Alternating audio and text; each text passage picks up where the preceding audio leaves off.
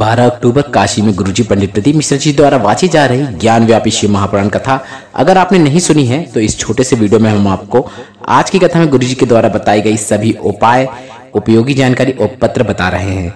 सभी जानकारी अनमोल है और उपाय कभी न कभी आपके काम आते ही हैं, इसलिए वीडियो आप अंत तक देखिएगा ताकि कोई भी उपयोगी जानकारी आपसे ना छूटे। पहली जानकारी, गुरुजी ने कहा हम कानों में कुंडल क्यों पहनते हैं?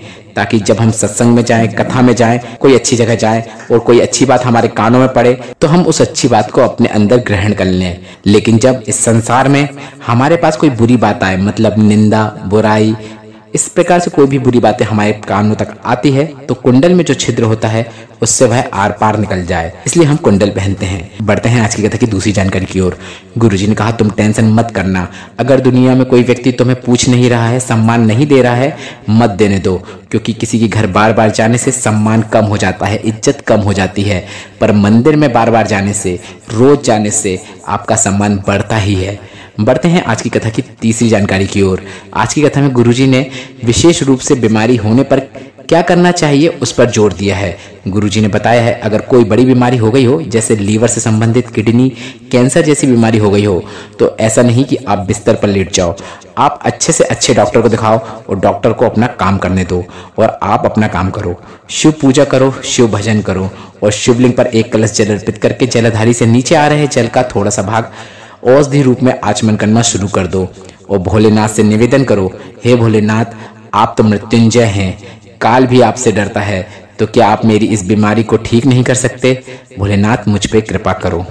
बढ़ते हैं आज की कथा की चौथी जानकारी की ओर। आज की कथा में गुरुजी ने कहा जब बच्चे छोटे होते हैं तो उनके कपड़े गंदे हो जाते हैं तो उन्हें कौन साफ करता है? उनके माता पिता ही उनके कपड़े साफ कर देते हैं।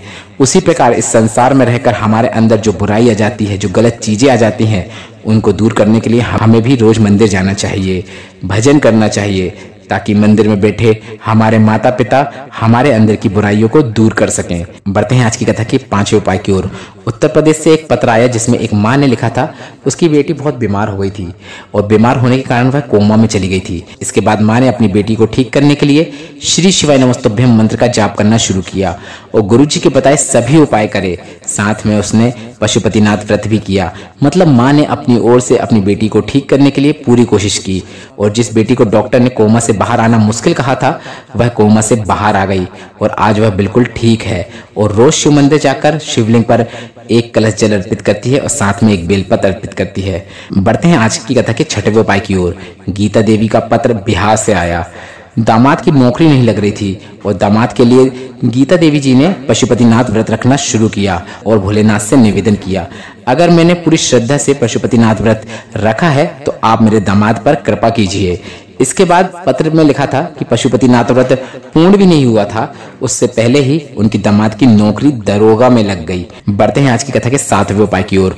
गुरुजी ने कहा है मेरा पूरा विश्वास है 15 दिन, 1 महीना, 2 महीना या 5 महीना लगातार शिवलिंग पर एक लोटा जल, एक बेलपत्र और एक चावल का दाना अर्पित करना शुरू तो कर दो, तुमको काशी आने की भी जरूरत नहीं होगी, भोलेनाथ खुद तुमको दर्शन देने आएंगे, विश्वास करो फल जरूर मिलेगा। बढ़ते हैं आज की कथा के 8वें उपाय की ओर। गुरुजी ने बताया कुछ कुछ दिनों में ऐसा होता है कि हमारे दिमाग में बुरे ख्याल आ जाते हैं, बहुत गुस्सा आता है, दिमाग कंट्रोल में नहीं रहता है, दिमाग अस्थिर हो जाता है। तो कुछ नहीं करना है, आपको बस एकांत में बैठकर शिव महापुराण कथा देखना शुरू कर देना है, दिमाग में जरूर शांति आएगी।